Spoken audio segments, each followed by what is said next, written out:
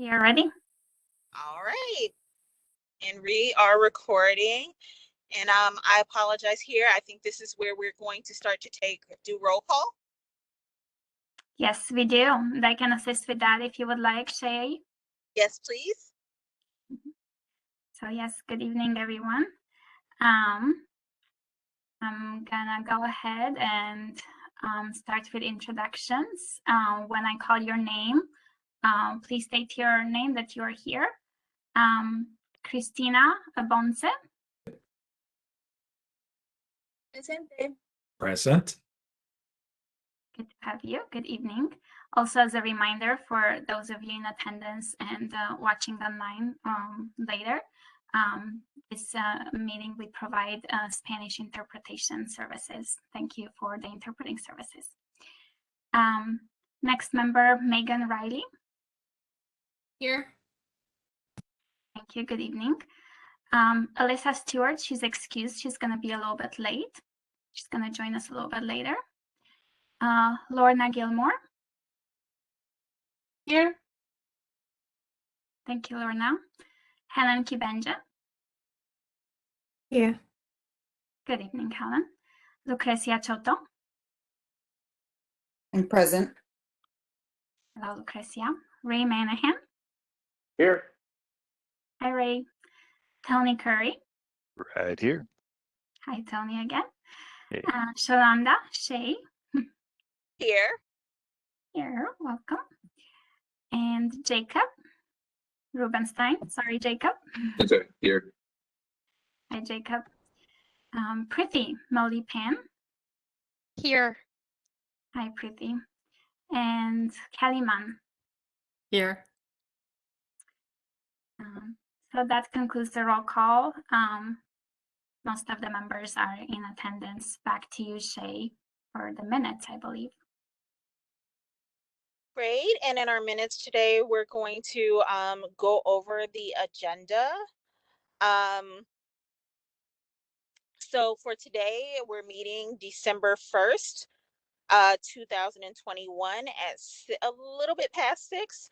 Monica, should I be saying 6 p.m. when we normally meet, or should I give the time we started? Yeah, we started, I think, the meeting at 6:11.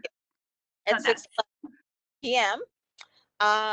There is a quorum present, and we have one member that's being excused as she will be joining a little bit late. All righty, and if we're ready, we can go over the agenda. And Monica, can I ask you to help with that, please?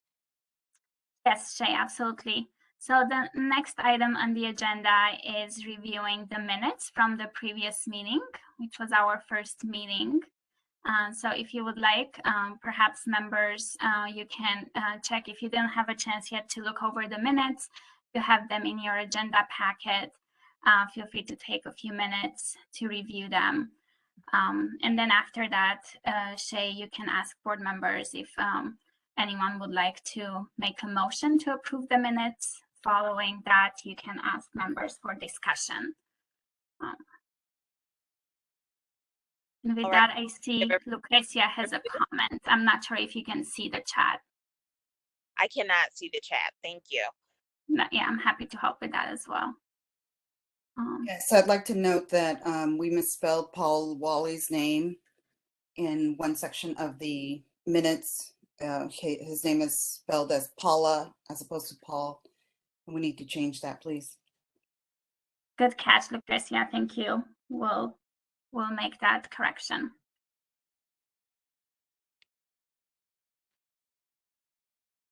With that, any other notes that you can see in the minutes? And if not, perhaps you can ask somebody to make a motion to approve the minutes.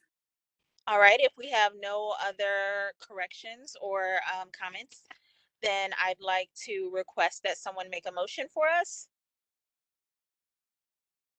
And board members, since this is your second meeting, you did not make motions to approve minutes before. So if anyone feels comfortable from the board, you can make a motion and you just say that I move to approve the minutes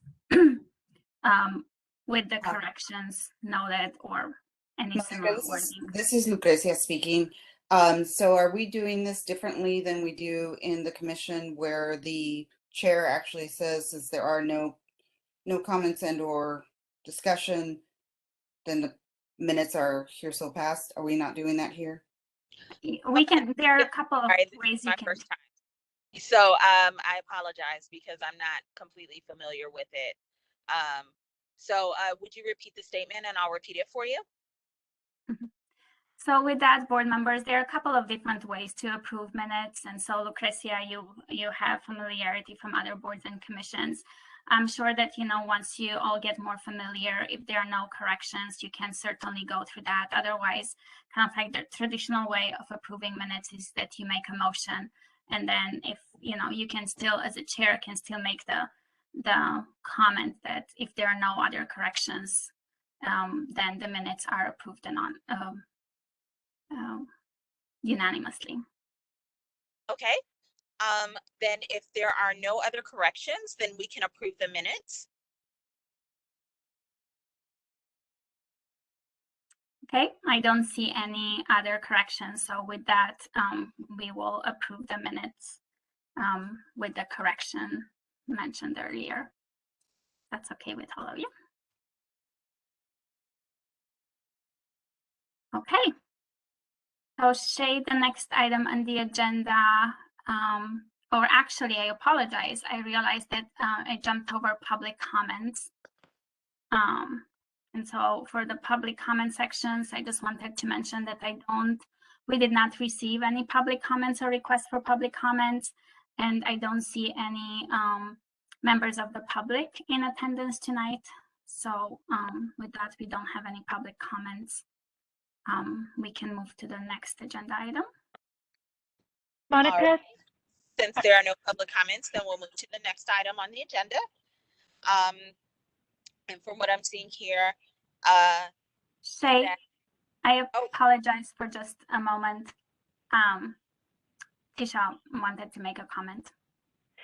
Yes, I'm sorry for the interruption, Shay. I see that Harry and Hillary have a raised hand. Didn't know if they might need something addressed. Oh, okay. I did not notice that. Thank you so much. Hillary and Harry are our interpreters. Do you need anything on our end? Hillary, Harry son los intérpretes. Si necesitan algo. No, I think we just didn't know how to lower our hand. We didn't realize it was up.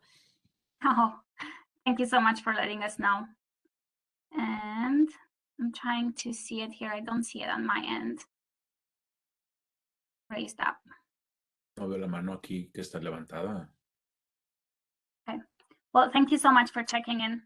Shay, back to you if you would like to move to the next item on the agenda, actually. yes, I can just say if we're ready, we'll move to the next agenda item. Mm-hmm. And actually, the next agenda item is the city equity team introductions. We have tonight with us representatives from the city's equity team. As you might have remembered from the first meeting, as we had a broad, brief overview of the city and the different departments. Equity initiatives at the city have been divided into internal and community facing. Of course, no one single person is responsible for equity, since it's such a big and important topic and shouldn't be just in one single person's hands. However, it's helpful to have a lead person or a group. For the internal equity initiatives, our HR department takes the lead. In human services, the human services are the point persons for the community-facing equity initiatives. Of course, there's a great connection between the internal and the community-facing initiatives, as one always impacts the other. But I'm just so proud to also be part of the equity team and to have some representatives with us tonight. Our equity team has about 18 members, I believe. And then, Shay, we can, at your leisure, we can invite equity members to introduce themselves however you would like to go with that. All right, great. So equity board members, we would like for you to go ahead and introduce yourselves. Please be sure to state your name. how long you've been with the board, and tell us why you joined.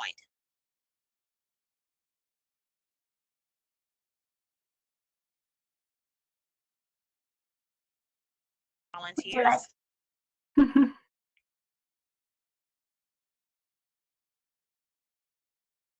I'll unmute myself. I'm happy to go first to kick us off. Hi, everyone. It's so nice to meet you. My name is Stephanie Johnson, and I'm the city's Human Resources Director. So I certainly have equity on the forefront of not just my responsibilities, but my passion as a human resources professional. Cliche or not, my passion is to be a resource for humans, and I believe equity, diversity, equity, and inclusion is a huge piece of that in my role. I've been with the city for going on 7 years. We have morphed in our DEI efforts over time. There was some initiative by staff members starting 2017, 2018 that did some GARE training, and we began to form our first internal equity committee internally. In 2020, many events took place, following certainly the death of George Floyd, and brought, some need to bring, equity is not something that can exist on a shelf, and to bring that to the forefront. And so we did a call for interest. Those GARE members and additional staff across the organization that were interested in DEI efforts. And we got to a place where we have the equity internal committee that we have today, that Monica introduced, in terms of roughly 18 members across city staff, departments, people that are passionate about this work. We've done other initiatives in the city around Issaquah as an employer of choice and an employee experience plan. I'm really excited as the HR director to really work together and bridge so many different building blocks that we've had. We have certain building blocks in certain areas that we need to bring together. We've done some internal staff training. We've done some work with council. We now have this equity board. It's time to get to work. We've done some groundwork. I think we've done some good work, but we have a long way to go.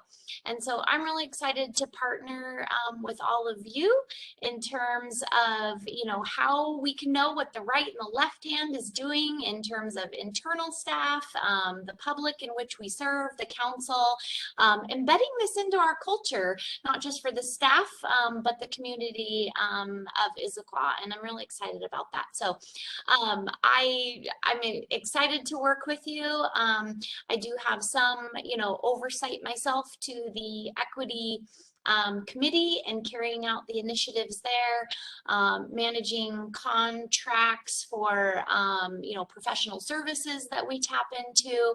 So I'm really looking forward to working with you more in the months, weeks, years ahead, as we figure out what our work plans are and what those actionable items that we really want to achieve as a cohesive whole, as we really shape our framework. So it's very nice to meet you. I'm excited to at least get to do some introductions this evening. And I'm hopeful come January, I know tonight is very introductory, but I'm really looking forward to some real work plan items coming ahead. Thank you so much, Stephanie. We appreciate you giving us that introduction. Does anyone else want to volunteer? I'll go next. Hi, my name is Jen Davis Hayes, and I'm the Economic Development Manager here at the city. I've been here just over 8 years.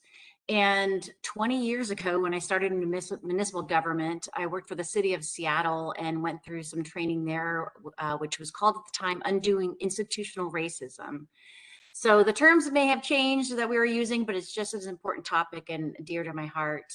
So I was part of that GARE initial cohort that Stephanie mentioned, along with Monica, Brian, and Stephen that are here tonight. And so that was a 9-month training program. So GARE stands for Government Alliance for Racial Equity. And we went with other government entities and did 9 months of discussions and trainings and thinking about things around racial equity. And then joined, of course, the internal staff equity team meeting to continue that work.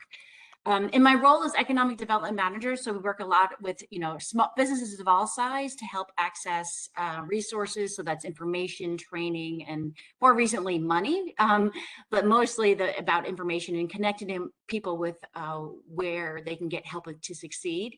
So it's really important that we are serving everybody and we get to those businesses and entrepreneurs that don't typically have access to resources or information. So we started this year a program to provide technical assistance to micro enterprises. So that's businesses with 5 employees or less for low and moderate income entrepreneurs. And so we're really excited to start doing that. And we also have an East Side Coalition that works a lot with on this topic with helping to get more people of color, more women, and small businesses better connected. So I know that I was asked, I think, on an email to say, what are you looking forward to working on? We have a long list. I'm sure all of you have a long list.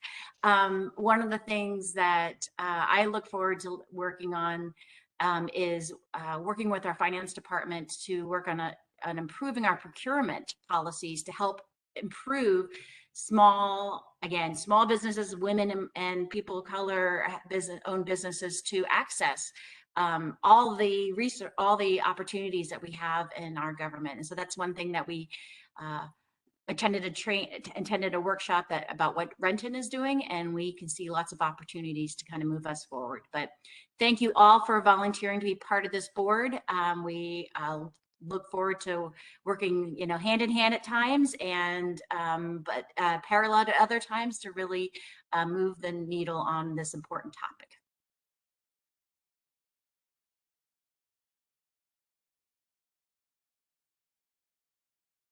Thank you so much, Jen. Please, yes, I was just gonna say Shay, I think, is transitioning from phone to computer, so she's gonna be back right with us. So please go next. Thank you. My name is Steve Padu. I'm currently the senior transportation planner for the city on Public Works. But in 2 weeks, I'll actually be starting a new role as the long range planning manager for Community Planning and Development Department. I was raised in the Northwest. My family's from Hawaii and the Philippines. I got involved with the equity team because I've always been involved in local government, like Jen, and seeing inequities in a lot of the community systems that I've been involved in, and it really wasn't until later in my career where I had the skills and knowledge to do something about it and to know what to do. And joining the equity team was really one of those opportunities for me to be able to do and make a difference, or at least feel like I'm making a difference. To answer the question on what I would want to accomplish, I'm a long range planner, so I'm looking 20 years in the future, and I hope someone would be able to walk from their home to the light rail station, and in between those two places see a vast multitude of cultural food establishments, to see different varieties of retail, to really see a diversity of families out and about on the playground, going to school. And that's really what I look for in a lot of my work, primarily because most of what I do, you'll see on the ground in 20 years. So that's what I hope to accomplish as part of the equity team, but also as kind of a staffer with the city of Issaquah.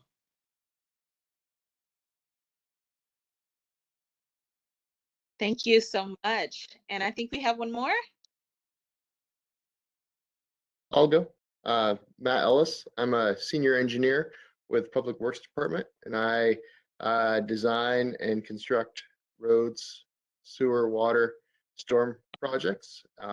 And yeah, I similar to everyone, you know, fell in love with the public service and wanted to help the community. And I think as a major focal point is I don't want to just serve one aspect of the community. I want to make sure that I'm serving the entire community. And I think equity really provides that opportunity. So we're not blind to a certain group or anything. We're actually serving the community that we are here to serve. And I also think, you know, I've worked and traveled in different countries and just see that equity also provides opportunities and inspires innovation in the workforce. And I think that's such a cool thing that, you know, you get different ideas. And I think that's so great to provide opportunities to everybody and make that a priority. Thank you so much, Matt. We appreciate your feedback on that. And now I think we have one more. I think, yeah, I think I'm last up, I guess, right?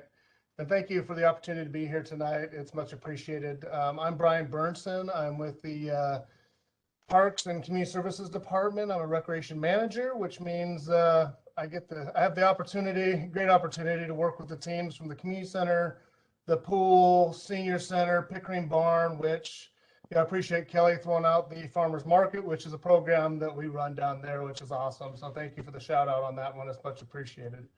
I've worked for the city for 27 years now, I think it is. Yeah, even goofier than that, I'm 4th generation from Issaquah Pacific. It's kind of really cool and weird all at the same time. I went into public service because I love people. I truly do. I function on a basic principle that I just kind of assume everybody really likes me. And I know that's probably not true in all cases, but I like pretty much everybody I come across. So it's a basic principle I live by, but it's kind of how I roll. When this opportunity came up, as Jen mentioned, you know, we were able to take part of the GARE and you know, and like I said, born and bred Issaquah, it was an eye-opener for me to really just be able to participate in something to truly understand that lens coming from somebody else's viewpoint, right? I have friends and we talked about stuff, but it's just hearing that other viewpoint. And when this opportunity came up to join the equity board or equity, you know, within our city, for me, it was more just about not sitting on the bench and wanting to be a part of helping make something positive happen. So that's really why I got involved is, you know, I'm in a people business, have been, it's what drew me to this profession, love serving people in the various capacities that we do, you know, we talk, you know, cradle to grave, right? We have seniors, and over the COVID, big thing we did, a lot of outreach to make sure they weren't isolated, to make sure they felt connected, because in a lot of cases, they are lonely, and that's a lonely place to be if you don't have somebody reaching out to you. So that was important work that we did with that, just with that business unit. So like I said, like serving people, and that's kind of why I jumped on this. It's important work, and I appreciate each and every one of you because I've worked with boards and commissions over the years, and this, it's always a big commitment. It's a lot of work, and thank you for those of you that have stepped up to be on this, because this is very important work that's going to be huge moving forward, and I'm really pumped for what's going to come, what you guys are going to come up with in the future. It's great, and we're here to help and support you any way we can. So thank you for having me here tonight. And thank you so much for joining. And I see we have 2 comments. I saw Monica's first and then Stephanie. Is that correct? Thank you so much, Shay and the equity board members. I realize since we started a little bit late there, there's one reminder that I meant to pass on to you all, and that comes from our amazing interpreters tonight. I think we are all doing great, and I would all love to encourage them to speak up if they want us to slow down. But because they are providing concurrent interpretation in the back, when we say and share a lot of information, just to be mindful to speak a little bit slower and perhaps pause in between sentences to allow them to catch up with the interpretation. So that was my comment, and just thank you. Thank you, Monica. And Stephanie, I think you have the next comment. Thank you. As part of introductions, I thought it would be valuable to at least leave you this evening with a little bit of work about what the internal committee has been working on, just for your benefit as you're, seeing our faces and names for the first time. So over the last year or 2 years, as we have been forming our equity committee, we have structured our committee in 3 focus areas around recruitment, engagement, and training. And so, I just wanted to afford that to this team. We've had subcommittees around those 3 areas. All the city staff have had training over the last year so that we're talking the same language when we're using terms and concepts. We're looking at ways that we can engage with the community through interpreter services or access to services. Just a framework was identified to the council. Recruitment, how we recruit for board and commission members to internal staff members. So aside from seeing our names and faces and why we joined this team, I thought it might be beneficial as we introduce ourselves to understand kind of how we have focused ourselves over the last 2 years. But then also that we are just last week or over the last couple of weeks have started to talk about, okay, we've done some good groundwork. What does our work plan look like for 22 and beyond? And now we have a new, equity board, and we've done some legwork with council. And so I just didn't want to be remiss tonight, other than introductions, that we also introduce to you our subcommittees, our structure, some baseline. We can get into detail as we work together, but that you kind of understand where we're coming from, and then also just offer the opportunity to ask any of us any questions while we're here tonight.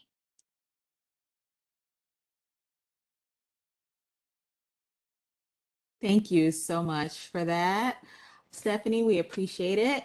And I think we have a question from Tony, and we also have another question with Lucretia following Tony. Tony, are you ready? I am ready. So the question I have is not specific to any individual, but so whoever wants to answer the question, that would be great. A lot of you have been with the city for a long period of time, and you have a passion for equity like we all do.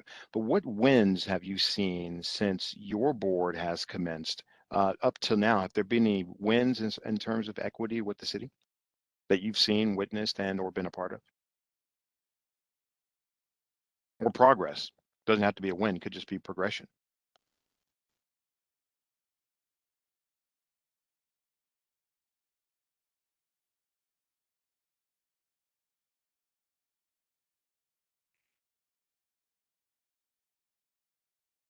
Someone needs to call on Monica. I can. Okay, well, Monica, if you would, please. I was going to say, I can start with one, and perhaps others can join. I think the first thing that comes to mind for me, which is a big win, it's this board itself. I think the creation of the equity board was a year-long community-led process.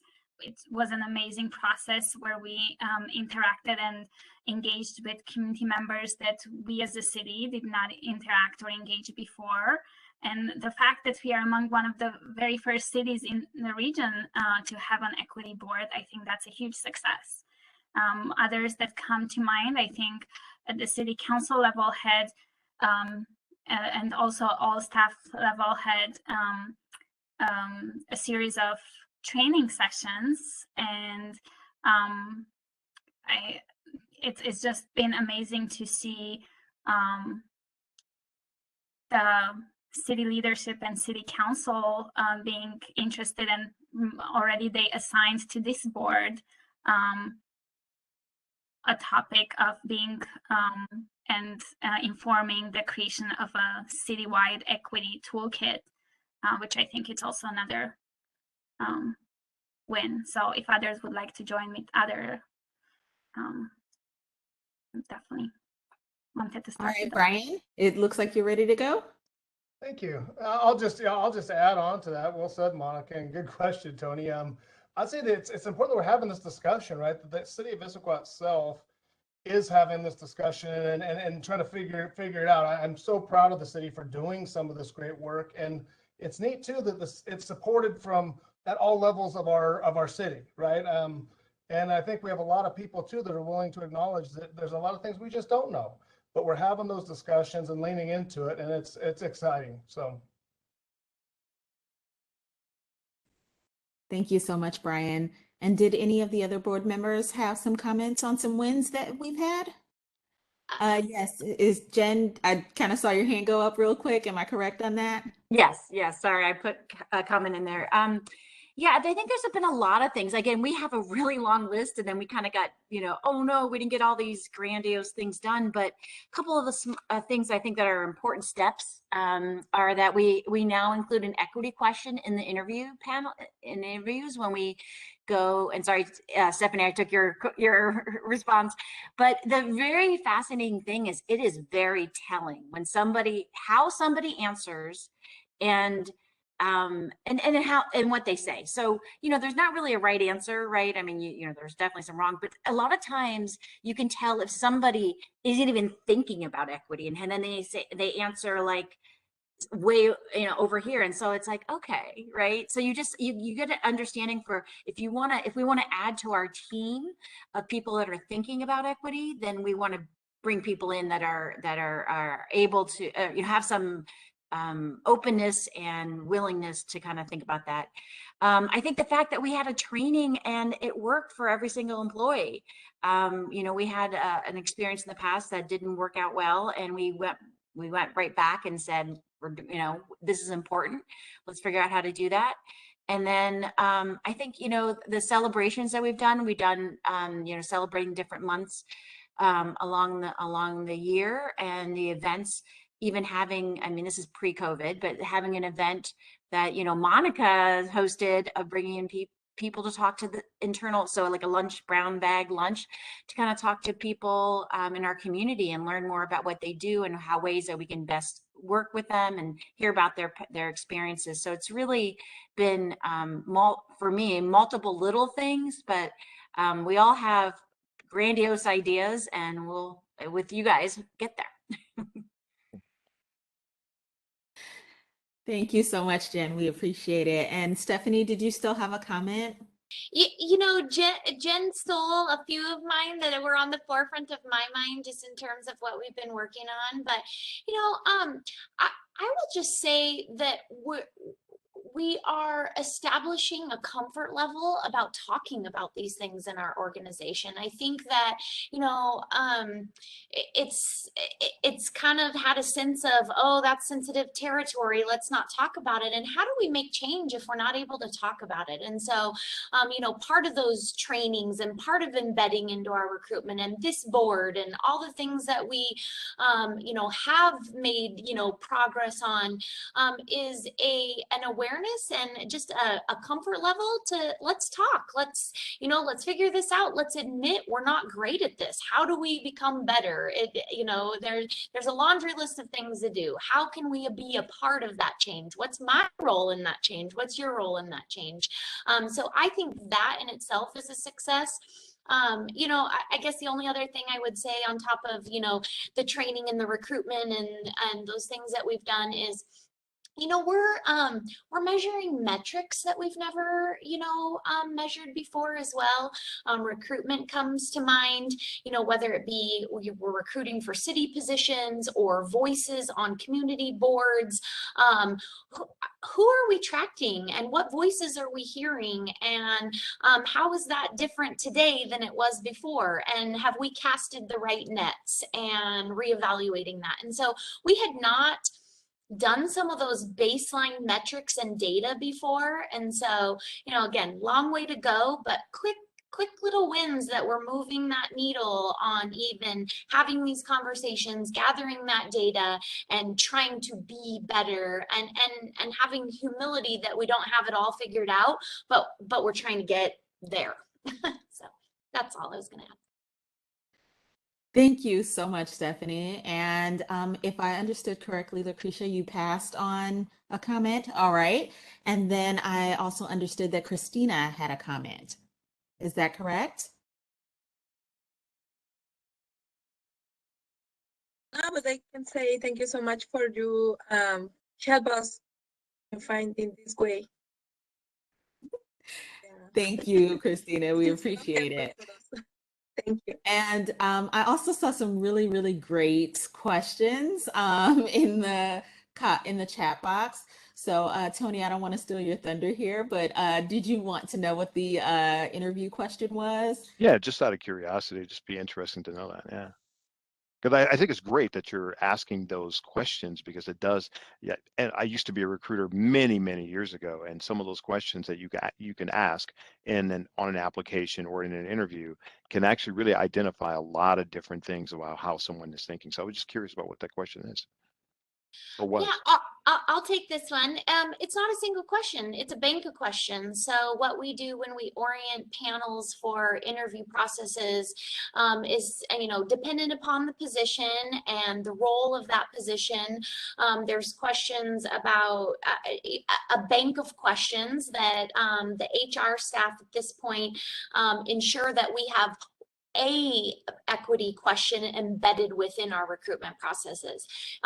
What I can do is I can give you that bank of questions and that training dialogue that we use to Monica, and we can share amongst this team. But I mentioned that we have subcommittees working on different initiatives, and it was our recruitment subcommittee that came up with a bank of questions, say, hey, this is, if we're looking at a leadership position, this would be a good, diversity, equity, and inclusion type question that you might select from, and so forth. So it's not a single question. It's a bank that we choose depending upon the position in which we're recruiting for. I'm happy to share all that along. That would be fantastic. I think for us as a board to actually have some insight into those questions would be fantastic. Oh, thank you so much, guys. That's really, really great questions. Does anyone else have any questions that we could pose to the board? Yes, it looks like Kelly, you have something. Oh, Kelly, I think you're still on mute. I am. Sorry about that.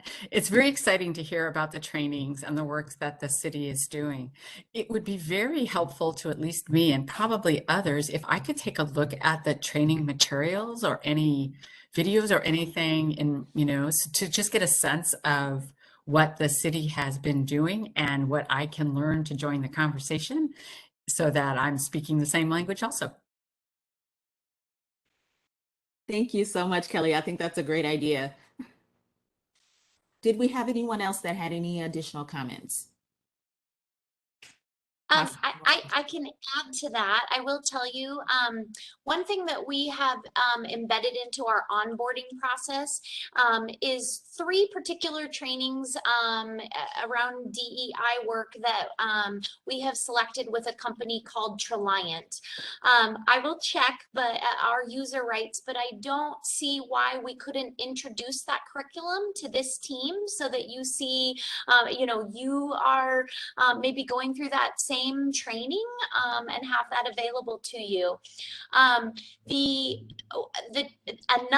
So we have that as one of our training as part of onboarding. This last year, we sent everybody through facilitated conversations, and that was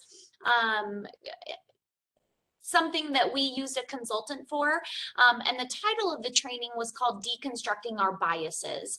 It is copyright material. We could explore having that consultant, Shannon Kelly, come out to this team. She's worked with our equity board. She's worked with the council.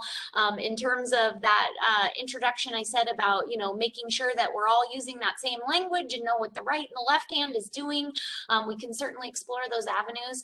But I think a quick win would maybe maybe be to introduce those Treliant, those 3 particular trainings to you that we could assign to you to go through, and then maybe a future training for that deconstructing our bias facilitated conversation and what we did there, and sent all the staff through. But that's not curriculum that we have and are able to just freely give like the Treliant. So I just wanted to clarify that based on the comment. Thank you so much, Stephanie, for clarifying that for us. I think we're all kind of excited and happy to hear that we have those available and that we may be able to join in the conversation. I'm sure that makes everyone feel a little more included. And then if we don't have any other comments, I think we're okay to move to the Equity Board rules and regulations and bylaws. And Monica, correct me if I'm wrong, should we be taking a motion for that? No motions needed for that. No, we can just say goodbye to the equity team members. Thank you so much for being here. You're welcome to stay for the remaining of the meeting, or if you have perhaps other commitments, feel free to jump off the call. But it was just also great to have you. Thank you for being here. And so, yes, we can move to the next item on the agenda. And for that, we are inviting on Tisha, who you may remember from our previous meeting. She's our city clerk. And Tisha is here tonight to talk about rules and regulations for the Equity Board. Equity Board members, this is the first meeting. We will continue the conversation on rules and regulations at the next meeting, when my hope is that we will adopt our very first set of rules and regulations. The only quick note that I want to make about that before I'm going to hand it over to Tisha is that I know that everything is just very new, and as you are a very new board, maybe 2-3 months down the road, you may come up with some creative ideas to run the meetings, and perhaps you're going to decide to edit and change the rules and regulations that you're adopting. So keep that in mind, that don't feel like when we are going to adopt the first set of rules and regulations, they're going to be set forever. It's something that you can change every few months if needed. I think it's just great to have to get us started, to have a set of rules and regulations that we can follow just for the first few months as we build the board. And so with that, I know Tisha has such a better way of explaining all of this. So Tisha, I'm going to hand it to you. Thank you again for being here again with us. Thanks, Monica, and hi, everybody. Monica, do you mind giving me the presenter privileges? I do have a few slides to help me stay focused. Yes, absolutely. Give me just a moment here, Tisha. I'm going to do that as soon as I find you here on my participants list.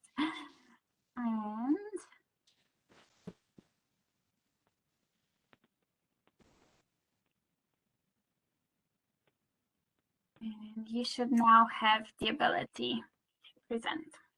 Yes, thank you. Thank you. All right, we get the slideshow going. Let me see what you're seeing. You're seeing my notes. Let me change that. Okay. All right, so it's nice to see everyone. It was nice to hear from the equity team. We have some really awesome staff working for the city. I'm really proud to work for Issaquah. I'm here to talk to you about rules and regulations, another fun topic. So what are your rules and regulations? Let's start there. So as you all know, the City Council adopted an ordinance that established the Equity Board. And so there's a lot of provisions, such as how many members there are on the board and some of the specific makeups of the board members that are in our city code. And changes to any of those things require an ordinance that would need to be adopted by the City Council. The rules and regulations are sort of the next level of rules to help guide you as a group. And this document is something that you adopt and that you can change as a board. And I really appreciated what Monica started with, because What's in your agenda packet tonight and what I'm going to give you just a brief overview of is essentially sort of a template of the rules and regulations that our other, we have 13 other advisory boards and commissions in the city, and the clerk's office has been working to bring some standardization to the rules for all the boards. As you can understand, it would be tedious to be managing boards with really divergent rules. So tonight, the document you're looking at is very consistent with our other boards, but as Monica said, as you sort of get a feel for how you work as a board and may want to make changes to things like your order of business or your committees or other aspects, you can modify this document. I'd love to help partner with you on it, and I expect you're going to want some changes made. But we'll start here. And of course, if you hear anything tonight that you have questions about, or you want to see some amendments brought forward before you adopt these at your next meeting, please speak up, and we can certainly, that's why we wanted for you to have two meetings to touch these rules, so you have that opportunity. So this is a hierarchy. I didn't cover state law, but state law, we can't change state law. We need our state legislators to do that. We need the city council to amend the city code. This is the next layer. These rules provide a little more specificity of what's outlined in the city code. And then below these rules are your adopted parliamentary authority. And in this case, we're recommending that you adopt sort of a standard that many deliberative bodies adopt, which is Robert's Rules of Order. And Robert's Rules kind of fills in the blanks if you come across a situation where you're looking for some guidance. That document can help provide a path forward. So the first two sections of the rules are just sort of the name of the board, and there's another section that I'm missing here. I think that cites the municipal code. The third article is officers and duties. We talked a lot about this or a bit about this at your last meeting, so I wasn't going to go into it here, but as you are very aware, you have a chair and a vice chair, and the draft rules and regulations just identify some of the roles of the chair specifically, and it also specifies the terms that they serve, which is through April 30th of each year. The next section of the rules is Article 4, which talks about meetings. So this document establishes your regular meeting schedule, which currently would be the first Wednesday of the month at 6 o'clock. We went ahead and put a physical location in the rules because we don't expect to be meeting virtually forever. Something that the board and other of our boards might consider in the future is sort of requirements around or provisions that allow board members to attend meetings virtually after the COVID pandemic is over. Right now, the governor's ordered all groups like yours, I think I explained this before, is sort of requiring a virtual component, but eventually we expect that will go away. And it may be that our boards have some interest in still allowing for some virtual participation. So that could be a future change. For right now, we are anticipating that when you do meet physically, it will be at Tibbetts Creek Manor, which is a city property that you may or may not be familiar with. It's a nice facility. And then the rules specify that you might also have special meetings that can be called by the chair or a majority of the board, and often those are motivated by Monica alerting you that there might be a need for a special meeting. The rules also talk a little bit, as does the city's code, about a quorum. We also talked about this at your last meeting. A quorum of your board of 9 is 5 members. You always need 5 members to start a meeting. And I'm jumping ahead, but to amend these rules, the requirement would be 5. As currently written, it would be 5 board members. That's a little stronger requirement because we don't want you changing your rules all the time willy-nilly. So 5 members seems like a reasonable number to just ensure there's some thought before they're modified. These rules also establish an order of business. This is what you'll see on your agenda. Shay is doing a lovely job of navigating you through the agenda tonight. I also expect you might have some changes to this in the future. You might want to create a standing, I know, for example, tonight you sort of have a sort of an educational discussion component of your meetings. If that's something you want to have every meeting and you want to sort of bake that into your rules in the future, we could bring forward an amendment as well. In the meantime, it can fit under the regular business heading. I'm jumping ahead a little bit here. I'm sorry, you guys. My notes screen is one slide ahead, so I've been a little off from my slides, I'm realizing. Okay, so let's talk about attendance. Your attendance is important. We need 5 of you to hold a meeting. There's a lot of planning and thought that goes into the timelines for the work that you'll be working on. So we do ask that you provide 5 days notice of planned travel to Monica and the chair. That would be helpful. The chair typically announces the excused absences prior to a meeting. If you have an emergency situation come up, we understand, but if you don't provide advance notice and you aren't in an emergency situation and you're absent, it is considered an unexcused absence. And if you have 3 of those consecutively, that can be grounds for removal from the board. So please communicate when you can't attend. We understand you won't be able to attend all meetings, but it is helpful to have that heads up. And that's the beauty of having some alternates so that we can make sure there's a full group of people making decisions at your meetings. All right, now we'll talk about your order of business, which I just covered. Here's the list here, and you see it reflected on your agenda tonight.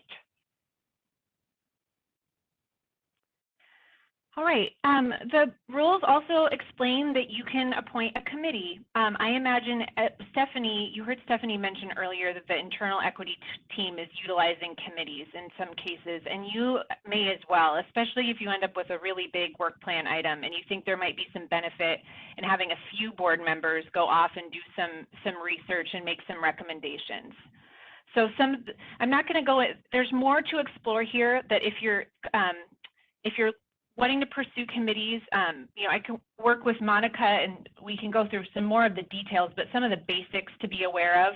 The rules say that the committee can't be more than 4 members. That's because if there's more than 4 of you, it triggers noticing and open public meetings requirements that can be burdensome for the committees. So, just one other thing for you to be aware of, committees don't make decisions on behalf of the board, but they bring a recommendation to the full board to make a decision on. And again, we can talk about some more specifics. You'll see some of the things listed here, some best practices, of course, are to define the members of the committee and their scope and the time frame that you want them in place and what you want them to tell you and report back on. I also want to quickly touch on the role of alternates. So in talking with Monica, I believe the majority of your work plan is going to be providing discussion and input and feedback and working collaboratively to gain consensus on items. There may be occasions where there are more formal motions and votes taken. That might be if the board is specifically asked to provide a formal recommendation to the mayor or council on a topic. And in those cases, it might be beneficial to sort of have a record and sort of a formal motion that the board votes on. When it comes time for those formal moments where there's a motion and a vote, alternates are not able to vote unless there's an absent regular member. So at any of your given meetings, you can have a total of 9 people voting, and we want 9 people voting. So alternates are encouraged to participate fully in all other aspects of the board, but when it does come time to those formal motions and voting, they would not be able to make a motion or can participate in that debate and vote. It's important that when you come time, and again, I don't imagine this is going to be frequently for the board, but it will be helpful for the chair to help clarify if there's someone absent like there is tonight, which alternate will be voting in their place. Sha, may Yes. I jump in? There are a couple of questions. Are you okay with taking them? Especially one is in Yes. particular about a slide that you had before. So I see Lucrecia had actually a question first and then Christina. Yes, Tisha, as always, thank you so much for being so thorough and clear. For my own clarification, however, I'd like to ask if you can address whether alternates are can alternates serve on committees, and if so, are they considered non-members? So that you would have four people participating plus a non-voting person. Does that meet like the law, or how does that work? That's such a great question. So an alternate member would be, I would say, would be considered a regular member. So they'd be in your count of 4. But I see no reason why alternate.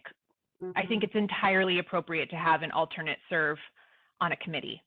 Perfect. Thank you. Thank you for clarifying that. It wasn't clear, like non-member, alternate. Thank you. All right. Were there any other questions? Yes, I think Christina had another question. Yes, it's in the chat. I mean, what do you mean with membership in the last section when you mentioned this?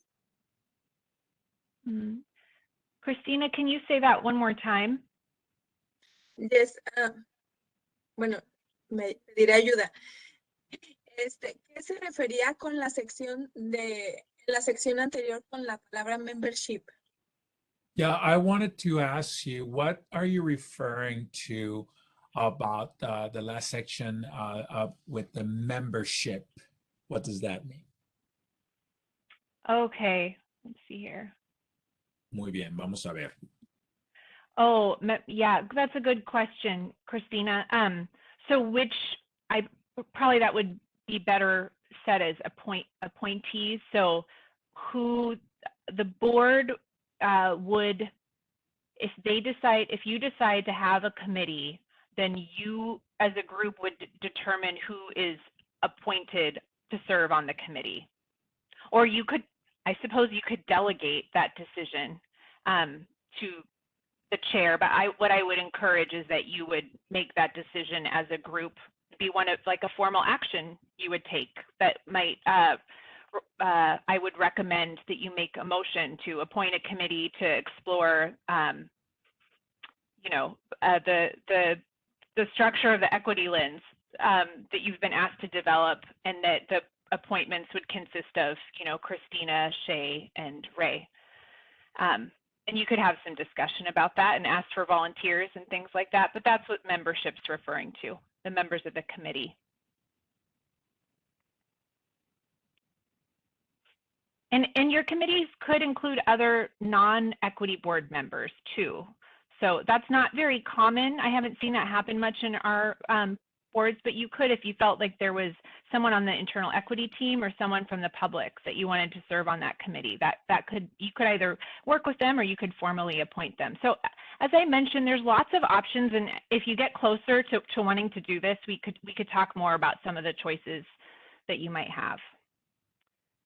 All right, any more questions this time? Oh, just I want to say thank you, because when you say membership, I think the person needs to have a membership for club, like, I don't know, maybe to find information in some specific places or something like that. Thank you. You're welcome. Okay, let me find my place here. Okay, we talked about alternates. I'm going to talk a little bit about motions, but we're not going to spend a lot of time on this.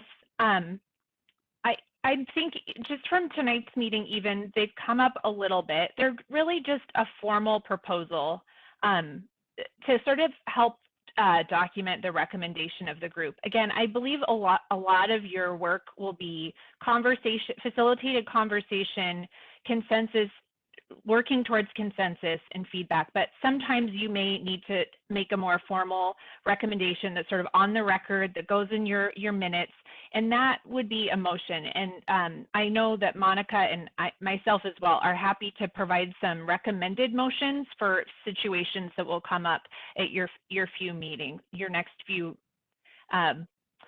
the meetings at which you have them. I'm sure that Monica would be happy to provide some sample wording. So, you know, it usually sounds something like I move to approve the minutes of the November meeting, or I move that we submit the recommendation letter that was included in our agenda packet to the mayor, or something like that. And then the chair would facilitate a vote on the item. She would ask all who are in favor and all who are opposed, and then she would announce the outcome of the vote. And in Robert's rules, and actually in the ordinance that established the equity board, a majority of the board members present would sort of carry a motion or approve one of those motions. So that would be, if all 9 members are present, that would be a vote of 5. If there are fewer, it would just be a majority of that number. You know, I think I can move past this slide, but just something to mention as board members, if you're ever unclear, I know especially when it comes to motions, it can be a little bit confusing. And if you're ever unclear what's being voted on or what's being discussed or decided, please speak up, because we really want to make sure that everybody is crystal clear on the decision that's being made. And it can be a little too late sometimes if you wait until after. So please speak up. It can always be helpful to have things in writing. That's what I would encourage. With that, I'm going to move us along to debate. Debate is the formal word if there's a motion on the floor. The word debate is used to talk about the discussion that you might have. But I would say that these guidelines that I'm showing you here really should just pertain to any discussion, and probably don't need to be introduced to this group. I can tell you're taking great care to listen to each other. But one of the things I do want to touch on is that you've probably noticed Shay's kind of facilitating the conversation.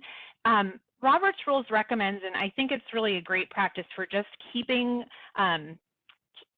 on topic, but also just keeping the tenor of the conversation as neutral as possible, is having the chair acknowledge the next speaker. So what this prevents is that back and forth, maybe with people with opposing views can sort of start talking to each other. But at your meetings, what we're asking is that you let the chair know you have a comment. She'll acknowledge you. Then you can make your comment. If you have a response, you wait until it's your turn. And the goal is to have everyone speak, or everyone have an opportunity to speak before anyone speaks a second time. An exception can be made if someone has a question for you.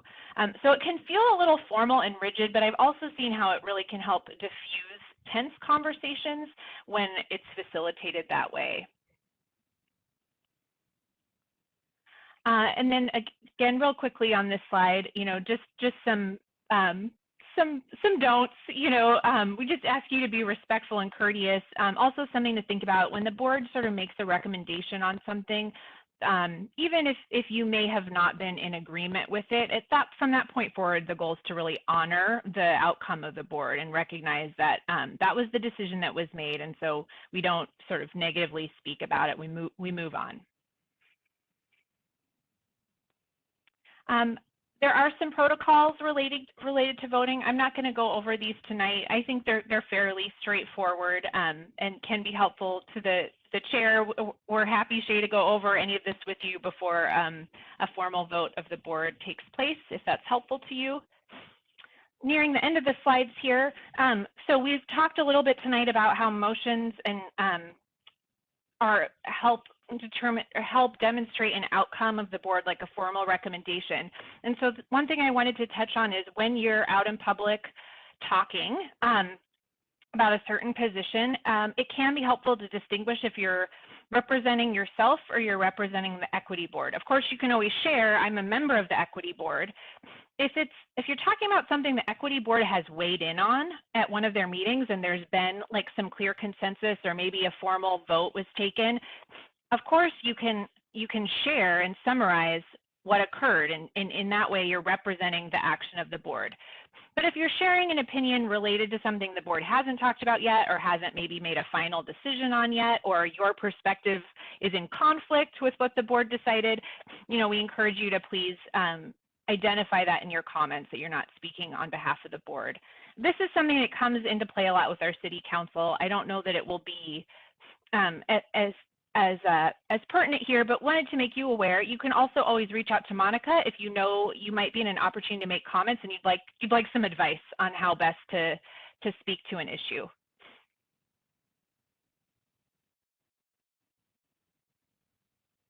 All right. I talked earlier about the fact that Robert's Rules is the parliamentary authority. I don't think the board will often be wading into these procedures, but it is a reference document for you. I also have a slide. These are just some of the principles in Robert's Rules. Again, there's an emphasis here on the majority of the board and minority of the board. But again, in talking to Monica, I am understanding that a lot of the board's work will be conversations, getting feedback and input.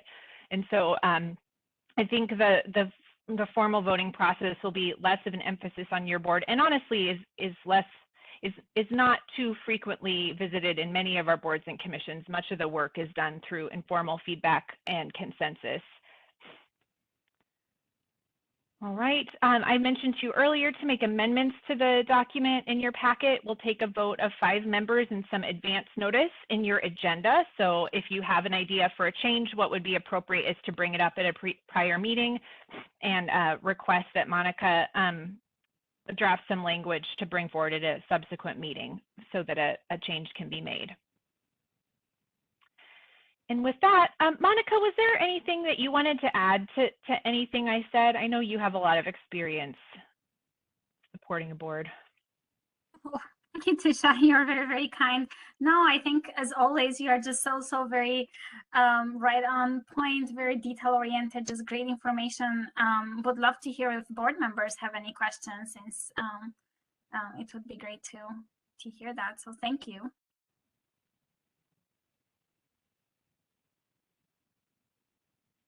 And while board members are thinking whether or not they have questions, I think we need to remind ourselves until we get in, and this becomes our second nature and a natural flow of the meeting, is to pause and slow down a little bit, again, just to help interpreters catch up. We so appreciate them again being here tonight.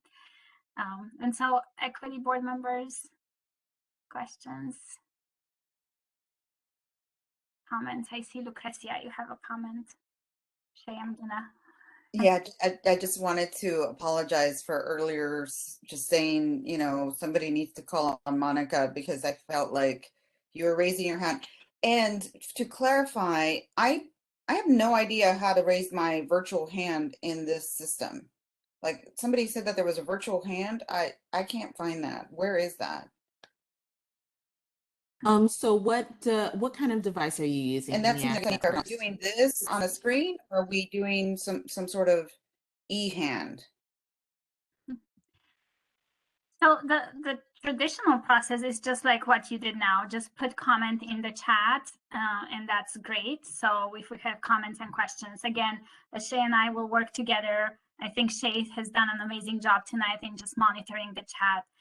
It just, again, I think I also want to give yourself a little bit of a break. This is your second meeting, and if you think about it, it's your very first official meeting with a chair, and I think you're doing a fantastic job in running the meeting.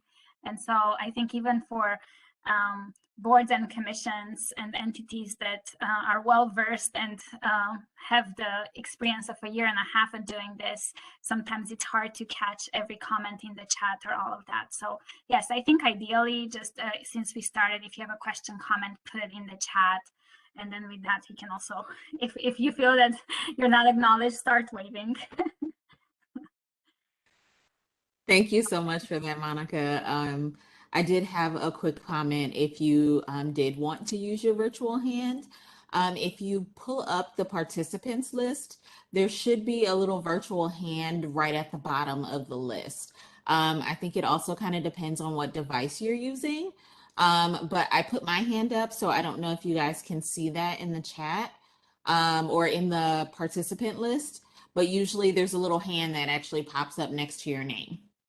So it may be a matter of you having both the participant box and the chat box open at the same time. However, I will do a better job of making sure that I'm paying attention to people waving at the screen. I see Christina put her hand up. And I'm sorry, Christina, did you have a comment or were you just testing the? Just testing. Thank you. I see some other hands went up and went back down pretty quickly.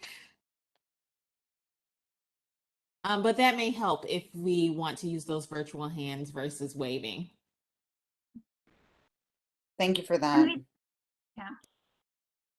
So definitely the chat feature, it's the most noticeable. It's sometimes not as easy to see the raised hands in the panelist section, but definitely I love your idea, Shay, with using that as an alternative form.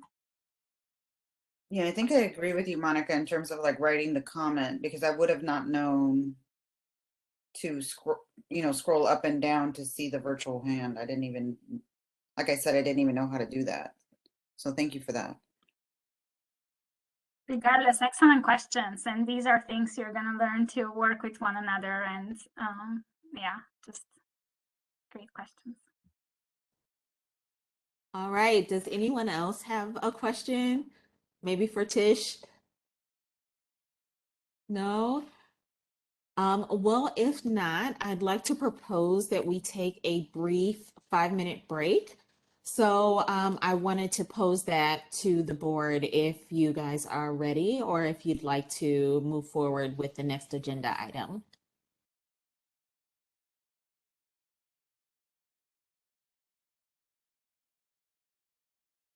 I second that. All right, I don't see any hands raised or anyone waving at the screen. If everyone agrees, we will take a 5-minute bio break. That's good. Thank you. In that Thank case, you. board members, we are back at 7:27. All right, I think everyone's back and thank you all. Just to reiterate, we are back in our meeting tonight, December 1st. We're starting back up at, do I need to say the time? All righty. And we're going to just remind everyone that we want to make sure that we speak slowly so that the interpreters can understand what we're saying. We also want to make sure that we use the chat box not to put anything substantive, thank you, but more so make sure that we write in comment if we have something to say. Also type in question if you have a question. And of course, be prepared to just speak for yourself unless you'd like for someone else to speak for you. And then, of course, we'll make sure that we leave room for everyone to say whatever it is they have to say. Does that sound fair? Sounds fair.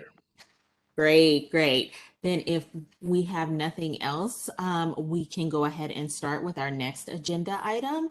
And that's going to be our discussion on equity and equality. And we're going to have Tony go ahead and present that. Tony, our co-chair. And Tony, if you would please give us a brief introduction for those people that don't know you. Okay, brief introduction to Tony Curry. Let's see. First of all, I'm really excited to be a part of what we're all a part of is equity for the city, and we all want equity, of course, for outside the city, the state, the world. I am a U.S. Army veteran of 12 years, served all over the world. Loved actually serving. Currently, I work for Microsoft as a project manager in the learning and development sphere for a number of partners across the world. So equity and inclusion is very, very important to me. It always has been, even from my youth. I don't know where it's actually come from, but it's also been very, very important to me. I am 53 years old, got 5 children. I have a son who's also serving in the U.S. Army as well, or is serving. And I have 4 daughters, 22. She graduated University of Washington, so go Huskies. And I have a 21-year-old daughter who works in town in Issaquah. She works at Orange Theory, right over by Bevmo. So if you need a workout, go over and see her at Orange Theory. She's actually a social media manager and receptionist there. And I have a 16-year-old daughter who's actually very blessed to be able to be going to Bellevue College as a college student, and she will actually graduate in 2 years. Even though she's 16 years old, she's actually in college right now in a Running Start program. So she'll graduate with high school with an associate's degree. So great family. Love the city of Issaquah. I absolutely love it. Moved here in 2015. I've loved it ever since, and it's been nice to see Issaquah grow in diversity. It's growing slowly, it's getting there. It's getting there. But it's nice to see. And when I moved here in 2015, the only person of color I saw was myself in the mirror when I moved here in 2015. So it's nice that Helen, my neighbor, is also a part of the equity board here, and just seeing more people in our apartment complex that are more people of color. And now seeing that not just in its citizens, but also seeing it in the stores. I'm starting to see that move forward in the stores where I go to Trader Joe's, I go to PCC, I go to many other different places in Issaquah, and I see it not only going forth, like I said, in its citizens, but also in employment. And I hope to see that actually transpire more at other employers within the Issaquah. Like for one period of time, sorry for the long introduction, but one period of time I worked for Costco, the headquarters location, not the store, but the actual Costco headquarters, where I was a project manager there for a little while. And I was the only person there. And so I would love to see that grow, not just in the retail sphere, but also in the white collar issue, if you want to call that type of work as well. So I'm happy to be talking about equity today. So Monica, can you please provide me presenter privileges? And Tony, I just wanted to give a quick comment to thank you for that great introduction. And we also want to thank you for your service. It was my pleasure, an absolute pleasure and an honor. Thank you for thinking of me. Absolutely. If I could do it all over again, I would. Thank you, Tony, and you should now have presenter privileges. Thank you very much. I'm going to actually just, instead of sharing my screen, I'm going to share the PowerPoint. Let me know when you are seeing my screen. Let me go into slideshow mode. There you go. Yes, we can see it. All right. So I won't be able to see chat, but we can talk. So hopefully you guys are seeing my screen right now, or you already said you could. So here we go. What you see right here is, of course, something going on. You see a gate, or it could possibly look like a fence to you. You also see something going on behind it. You can pretty much guess, possibly. I mean, that gate, what I want you to do in this conversation we're going to talk through today, see this gate or fence as a barrier. It's a barrier. Don't just see it as a gate or a fence. Now you see something going on behind it. It's a game. You can probably guess maybe possibly baseball, maybe cricket, possibly, could be cricket as well. See a crowd kind of watching what's going on. But see, I want you to see what this, what's going on behind this barrier as life. See it as life and life's opportunities. And there's a barrier that's keeping maybe you from viewing or participating in these opportunities, and this opportunity that what you see going on behind this gate. Now, if we look at this, now it's not moving. Okay, why is my slide not moving? Give me just a second here. I have no idea why my slide is not advancing. There we go. Just took a while. Okay, so now you see 3 boxes. And these 3 boxes, you could stand on them. You could stand on them and maybe you can get in and participate in the game. You can participate in whatever's going on here, and everyone gets a box. Now, some of you may have seen this image maybe in social media, maybe you've seen it somewhere in, maybe your employer has actually gone through this type of conversation with you in some way, shape, or form. And so in this scenario, in this picture here, like I said, everyone gets a box now. So you could stand on the box and you could participate, like in life's opportunities. You could participate, or you could just watch and see what's going on. And everyone gets a box, right? And there's nothing wrong with that. That's all great. Everyone gets a box. But here, and I apologize for my closed captioning covering up part of the image here. But this image kind of represents reality. Some people get 3 boxes. Some people, they've only got one. They've got that one box. And this is reality. This is the world we live in. At least, you know what I'm going to say, from my opinion. What I'd love to hear from you in a few moments are, what are your opinions on this particular image? And you see this little person. You could say it's a kid. You know, I'm just going to say it's a little person.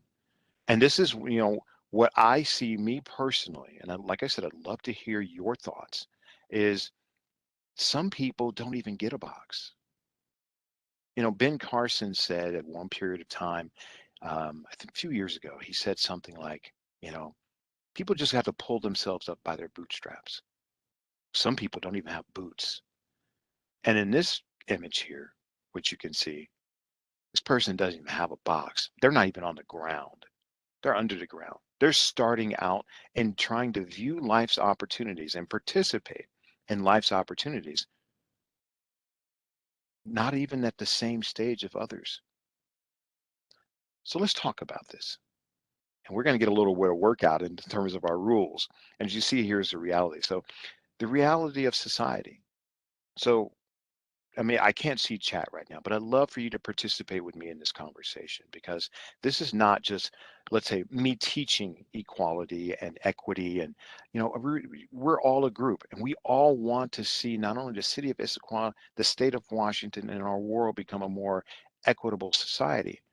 But so definitely want to get some thoughts from you and how you view equity and how you view, let's say, in this particularly right now, how you view this image. I mean, is this reality? Does this image represent today or yesterday? Will it represent tomorrow? You know, is it dependent on socioeconomic status? And here's a big one that my daughter and I were discussing today, my middle daughter. Are positive and negative effects recognized by all? You know, are they recognized by all? And so, in my opinion, and I'm just going to start off that because I can't see chat, and I'd love for, you know, Shay, Monica, for you to, you know, monitor chat and see if there's some comments. Love to get some comments from you and what you see. But the way I see, I'm going to take a couple of comments here that from my daughters in my conversation, that the positive and negative effects, you know, are they recognized by everyone? I move to say, me personally, that someone starting out with the 3 boxes, they have no idea of the negative effects. They think that everyone else, and we see that in our society today, they think that everyone else has the same opportunities as they do. Maybe they won the birth lottery and whomever they were born to, and they were given, I'm not saying everyone doesn't have the same, this is the reality of life. Everyone doesn't have the same opportunities, sometimes based on birth, sometimes based on many other different factors. But I can say one thing. I think also the person with 1 box, they're definitely seeing the person with 3 boxes. They're seeing it like, you know, hey, you know, I've got some opportunities there, but I don't really have as many opportunities as someone else. But are they seeing the person that's underneath the ground, that their opportunities and all? And I will admit, I'll say within myself, I didn't see that until I really got involved more into my community, which at the time was in the, which at the time when I was serving in the military, I didn't get really more involved with the community I was living in at the time. And then I realized that other people didn't have the same opportunities. But I can tell you one thing, the individual that's underneath the ground there, oh yeah, he definitely recognizes not only the negative effects, but also the positive effects, and wishes that there was some change and wants to see that change happen. So, before I move on, are there any comments? Because I can't see chat. Hi, Tony, and I'll jump in here because I have a comment. Alyssa also has a comment. So I'll be quick and brief. So when I look at this picture, I really do see that I do see reality, because privilege is afforded to everyone. And although it may not always be race, it could also be how you start. It could be being coupled. It could be being single. It could be having children or not.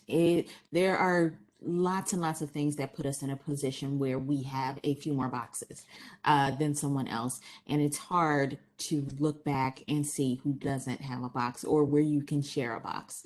And this is where I've learned that when you come from a place of abundance, you share. And you help others who wouldn't normally have the same privileges that you would. And that's what I really love about this image. Alyssa, if you would please, I think you're next. And then I see Lorna has a response.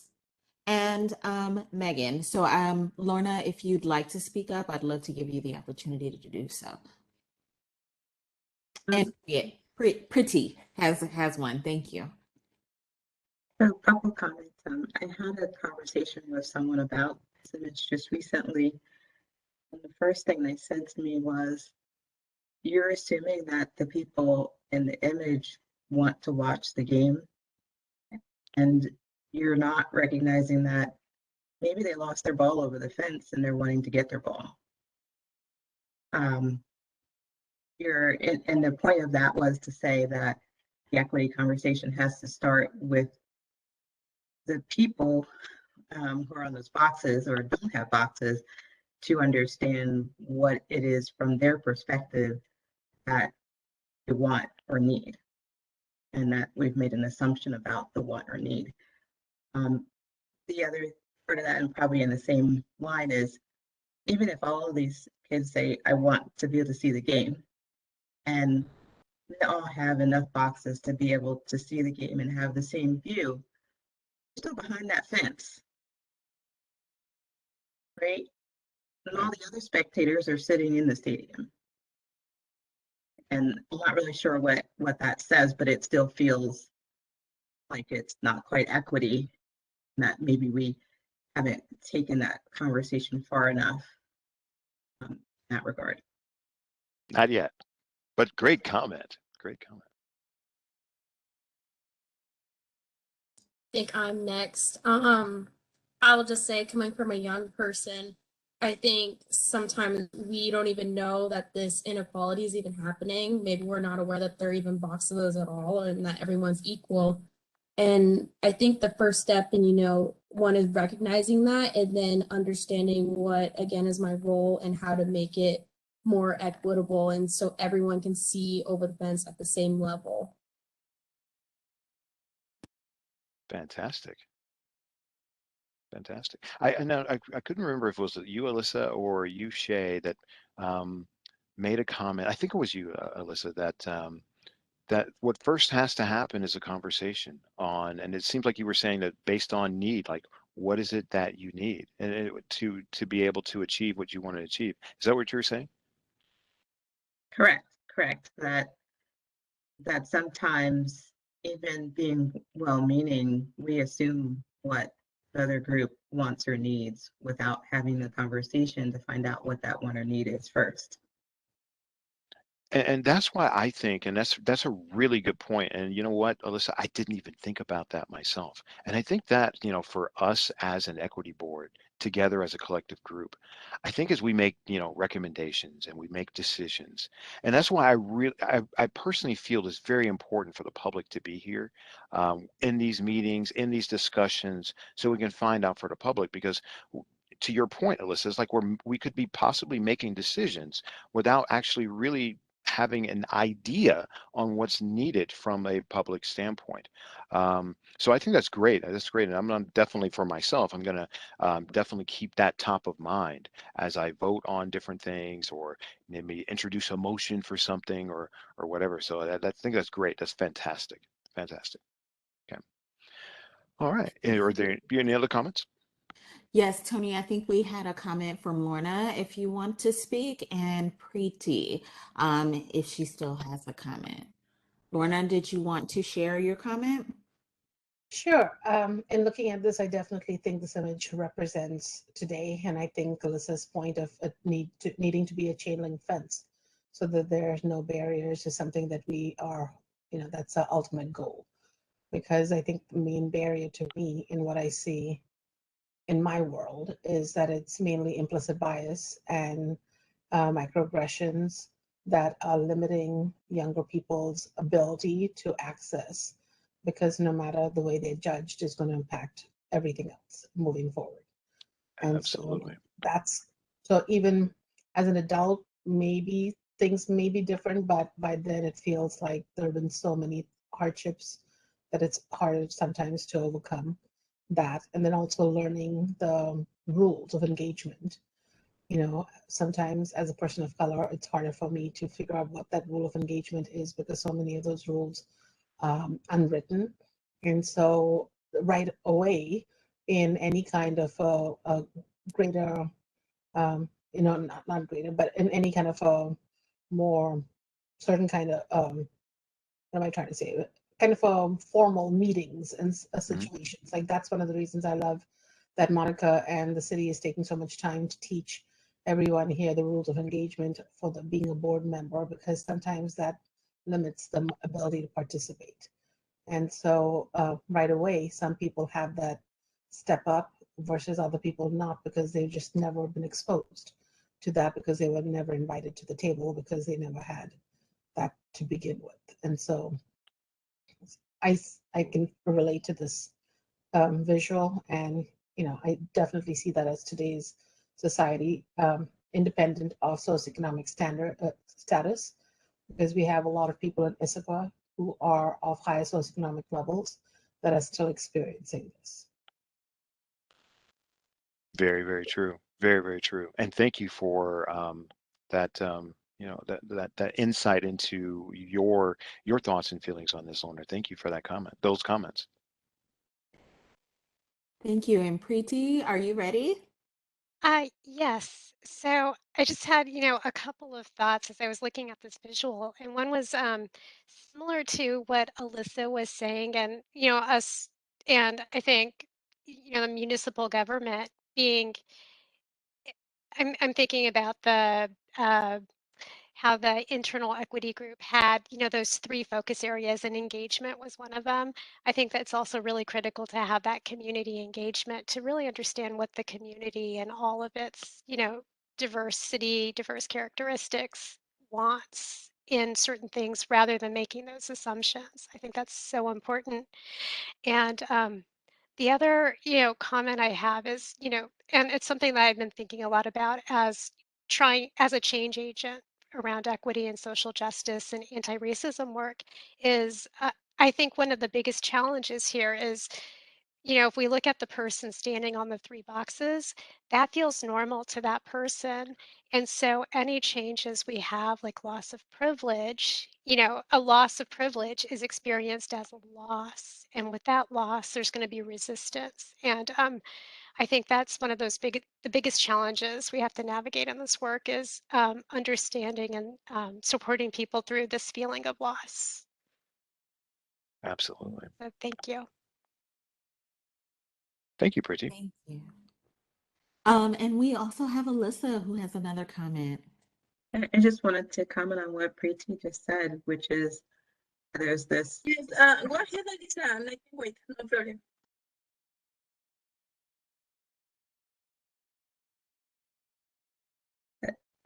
Am I speaking? Okay. I can hear you.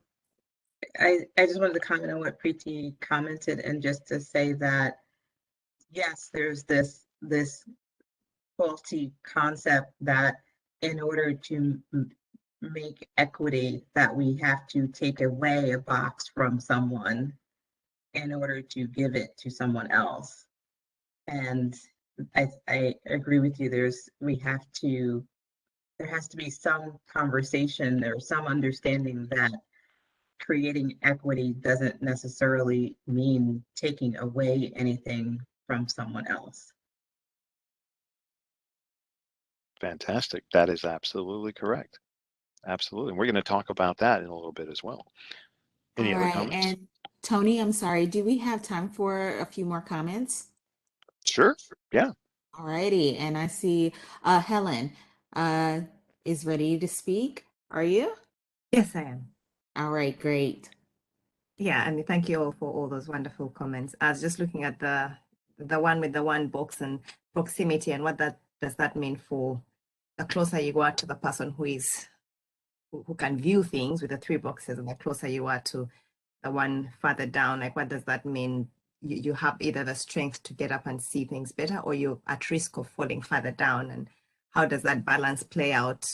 Who is around you to help you either hold you to not go further down or help you to go further up? And what responsibility does that, who takes that on? Do you make the effort? Do you try not to? I see the shoe is slightly on the edge. It's a slippery slope. It can easily go down or it can go up. And what's the responsibility of people who are seeing that to help you to probably stabilize and go further up, or not to go further down?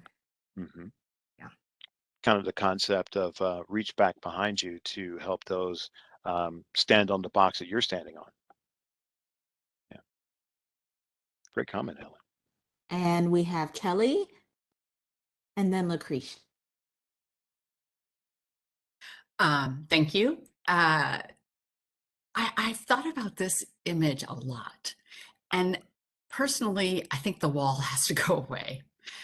I think equity means everyone can be sitting in that game, one way or another. I know that is not a capitalist view of the world, but if we got rid of the wall, there'd be more fans. There'd be more energy in that field cheering on these teams.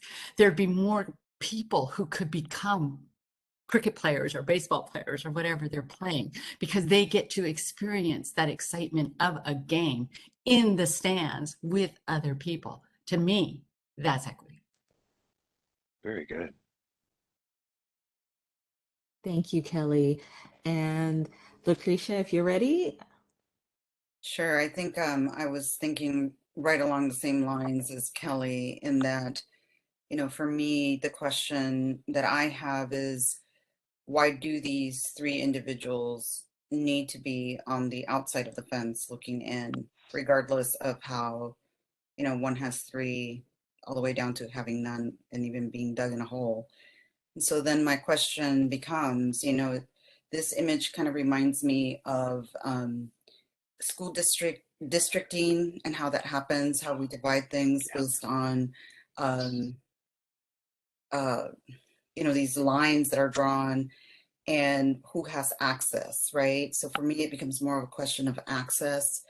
So it also it also reminds me kind of like redlining, right? You can see what it's like to live in a different neighborhood, like the people in the stands, but you're still kind of like not on the right side of the fence, so to speak. This image also was very interesting to me because I noticed that the tone of the skin of the 3 individuals on the boxes are darker toned. And so it reminded me kind of that whole issue that we have among our communities with regards to passing as white, being lighter skinned. What does that mean? And again, why are the individuals on this side of the fence and not sitting in the stands?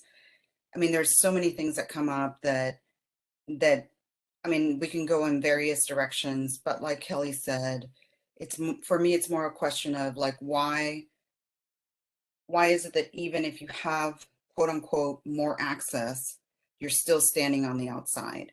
And what does that look like?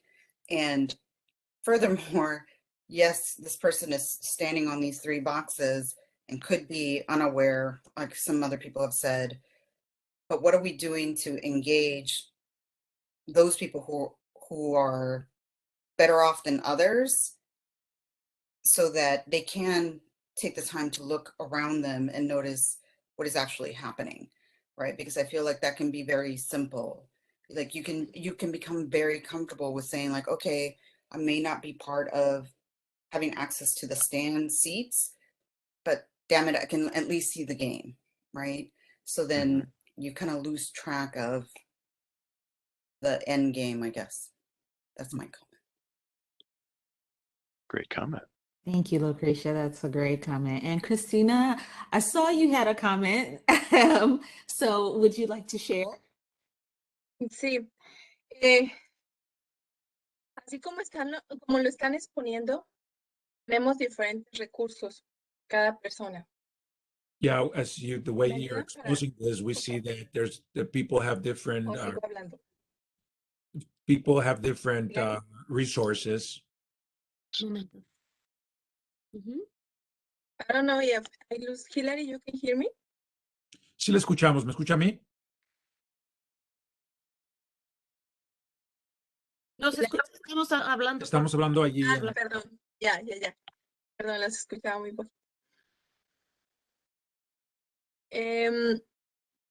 Recuerdo que en alguna ocasión en la comunidad donde vivía teníamos un problema.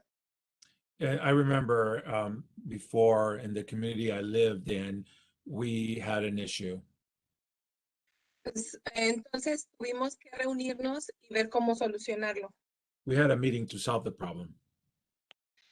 No todas las personas vinieron y pues recuerdo que nadie quería ir y tocar casas o ver qué pasaba con las otras personas. And really, not everybody showed up. And I remember not everybody wanted to know what was happening with other people. Entonces, no es por exaltarme ni nada, pero aún teniendo 2 bebés pequeñas, decidí ir con mi carriola sin saber manejar e ir a tocar todos los apartamentos para ver qué estaba pasando y lograr conseguir firmas de estas personas. And then, as you know, I don't mean to exalt myself or anything, but in spite of the fact that I have two baby girls, I went and knocked on the doors to find out and help with the issue and find out what was really going on. El punto al que quiero llegar es que nosotros podemos hacer muchas cosas. The point I'm trying to make is that we can do different things. Pero debemos de saber cuál es la necesidad realmente de esas personas y cuáles son las cosas que las está motivando para poder agarrar su enfoque. But what we really need to find out is what is the issue with the people who have the problem, and we need to focus on that issue. Entonces, en este momento creo que aunque suene demasiado anticuado, tal vez debamos ir y tocar esas puertas. And maybe, although this sounds a little bit old-fashioned, maybe we should go door to door and find out what's going on. Hace poco una amiga me dijo que por la pandemia estaban experimentando diferentes situaciones sus vecinos, ¿no? A friend of mine recently told me that her neighbors were facing different type of problems due to the pandemic. Ella pensó que a lo mejor no se iban a acercar para platicar o tener una oración una vez por semana. And she was sure that the people would not show up to the meeting that that was taking place once a week and to offer prayer. Pero se animó y lo hizo. But anyway, she went ahead with the plan and she was pleasantly surprised. Mucha gente de diferentes países se vino y ahora están teniendo reunión. Many people from different countries showed up and now they have that weekly meeting. Creo que tenemos mucha oportunidad cuando limpiamos nuestra mente de ideologías, de nuestras creencias limitantes y vamos y solo tocamos la puerta, porque somos personas y podemos hacer mucho. I believe that if we clean or put aside our own ideologies and preconceived ideas, we can, as a person, go out and be a positive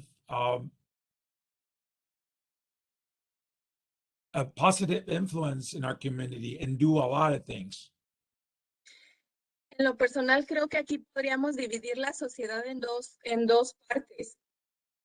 I believe that we can split society in 2 different sections.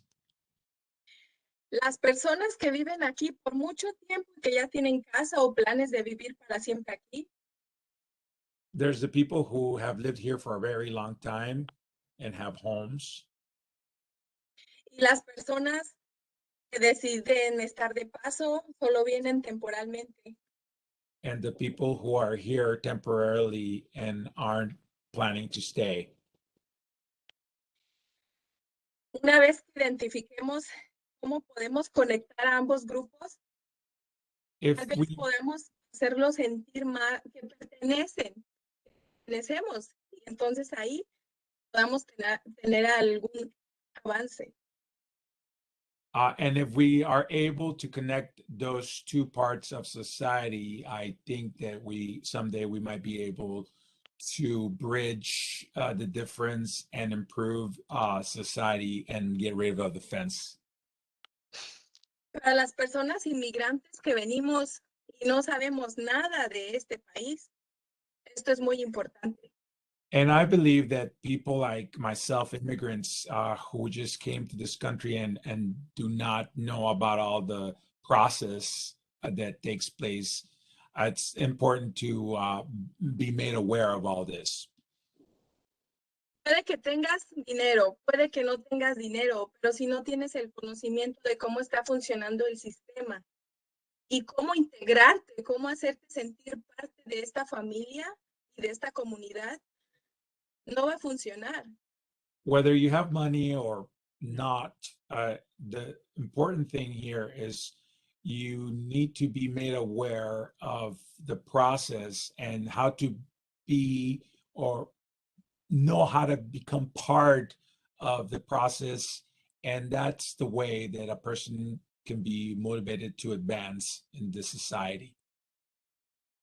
Cada día que salgo a jugar con mis niñas, veo jóvenes, adolescentes, niños que están divirtiéndose, pero a la vez sin un propósito, me preocupo.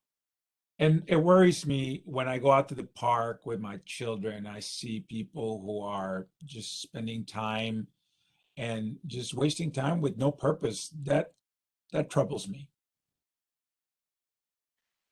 Porque si esos niños tuvieran ese propósito, ese enfoque de algún adulto, algún anciano que tal vez ya no está haciendo activamente, ¿cómo se puede decir? Tal vez algún anciano que no está trabajando, perdón por decir anciano, decir, alguna persona mayor que ya no esté trabajando, pero los guiara, los pusiera a tener alguna habilidad diferente, empezáramos a conectar.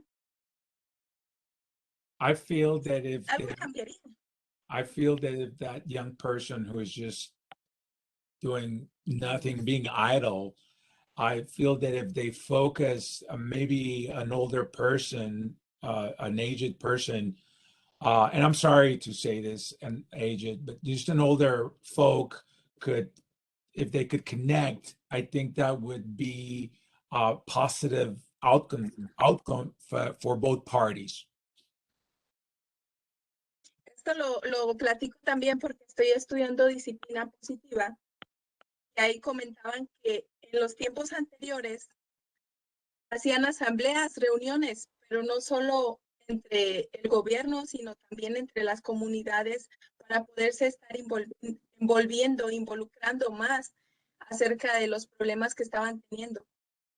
And I comment about this because I'm studying positive discipline, and there was a comment in the positive discipline class that in prior times the communities would gather and people from different stages in life would get together, and that would provide a place for them to gather, and it had a very positive outcome. Creo que implementando esto tendríamos un gran avance. Solo eso quiero comentar. Gracias. I think if we could implement something like this, that we could advance quite a bit in society. Thank you. That's all I wanted to say. Thank you, Christina. Thank you very much for sharing. I mean, great comments, and thank you for giving us some insight into your past and your experiences. We really appreciate that. I think we'll definitely be learning a lot from you, and all of us learning a lot from each other. All the comments that everyone made on just one slide, I mean, it energizes me and makes me so happy and so excited to be a part of this group, because I think we're all going for the same goal. But it's nice to know that a lot of you have definitely insight that into this image that I didn't think about myself. So it's great to have this conversation with you. So are there any more comments that anyone wants to make, or can we move on, Jay? I don't see anything else, so I'm going to safely assume that we can move on. All right, I want to stay cognizant of time, and unfortunately I can't see my clock. Where are we at right now? So right now it's 8:06, so we have a few more minutes. How do you have an estimate on how we're looking as far as getting through the presentation? This was slide number 1 of 10, but I'm laughing because I'm excited that we're going to probably, I hope that we can continue this conversation with the other parts that we're going to talk about, like what actually equity does look like versus equality. So I don't want to breeze through things. So I would hope to make a motion that we continue this conversation in our next meeting. I'll do better in my PM skills and getting through the slides, but I don't want to stop anybody's comments and thoughts and introspection and insight into this. So I really appreciate it. So hopefully we can continue this conversation in the next meeting. Thank you so much, Tony. And Monica agrees that I think we can save this one or continue the presentation in our next meeting if everyone is in agreement with that, just in the interest of time. And Monica, do we have time for the next steps or the work plan development? With your permission, I can just provide a 2-minute overview, if that is okay. And then, Tony, thank you so much for a great discussion. And just closing with that, Equity Board members, I think this topic was Tony's idea, and what a great suggestion as an Equity Board for you to have conversations, sometimes easier, sometimes challenging conversations that you can have as a board on various topics. And so if you're interested in continuing them, definitely it seems like this topic is going to continue next month. But if you have other ideas for different topics for discussion and training, please bring them forward and take the lead on leading those. We would love to hear from you. And so again, just thank you. So humbling and honoring to listen to you all. The next item on the agenda for tonight was to talk briefly about the next steps and about our work plan development. If you remember, I touched very briefly on this during our first meeting. And I would love to touch again on this to bring forward just a couple of things. As you work and develop as a board, and as you work on learning one another and learning to work together, we also are going to begin working on developing a work plan for you as a board. And I think this is going to be a two-way process. On one end, we are going to receive recommendations from the mayor and city council, and they're going to assign to us different topics. As of now, we do have 2 topics that were assigned to you as a board, and we are going to start bringing them forward next month. One is, as you may remember, to inform and make recommendations on the development of an equity framework or equity toolkit that city council and the entire city can use when taking decisions on various projects. So we are going to start talking about next month. And then the second topic, you were asked to provide recommendations on a city calendar of cultural and religious events that we should be aware of, and make sure that as a city we don't schedule different meetings and be respectful of those. So those are a couple of work plan items that are starting to be added to us. And then in addition to that, after having a chance to check in with Mayor Polly last week, Mayor Polly is really interested and very excited about our initial plan of learning, as you had a chance to meet the equity team, for example, tonight, and perhaps learning in more depth about the different departments of the city and what the city does and how does it work. So you really get a solid understanding of that, but also get a really solid understanding of what's going on in the community, perhaps with the school district and other community cultural groups. So then once you have a good understanding of that, then you can move forward to create like a gap analysis of what is needed. And then therefore you have a say into making recommendations of what should we address as a city. So then you get to make recommendations for the work plan items as well. So kind of like this is a brief overview, just kind of like getting you started in thinking and brainstorming. And as you, perhaps you're going to have a lot of questions, so bring them forward. But that's kind of like we will start diving deeper into that, into this in the upcoming months, and certainly just start thinking about this. And as I said, bring questions forward as in the upcoming meetings. So with that, I'm going to pause in case there are questions now or comments, and then we can move to the very last item, which is going to be another minute, and that's it.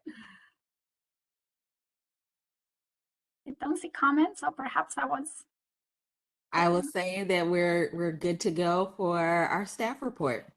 Yes, thank you very much, Shay. So for the staff report, again, just a very, very brief report that's two announcements that are related to equity. One of them, we just briefly talked about something related. So the City Council earlier in November passed the 2022 city budget, which why is this related to equity is because the city budget typically informs the city work plan, which then further informs the different department work plans and board and commission work plans. So as I was talking about our work plan and kind of like the next steps, in addition to what I just shared a minute ago, we will also bring to you in the upcoming months the citywide work plan. So then again, that's going to be part of that understanding, deeper understanding of how the city works. So then again, it's going to perhaps give you ideas for different equity related initiatives that we can engage in.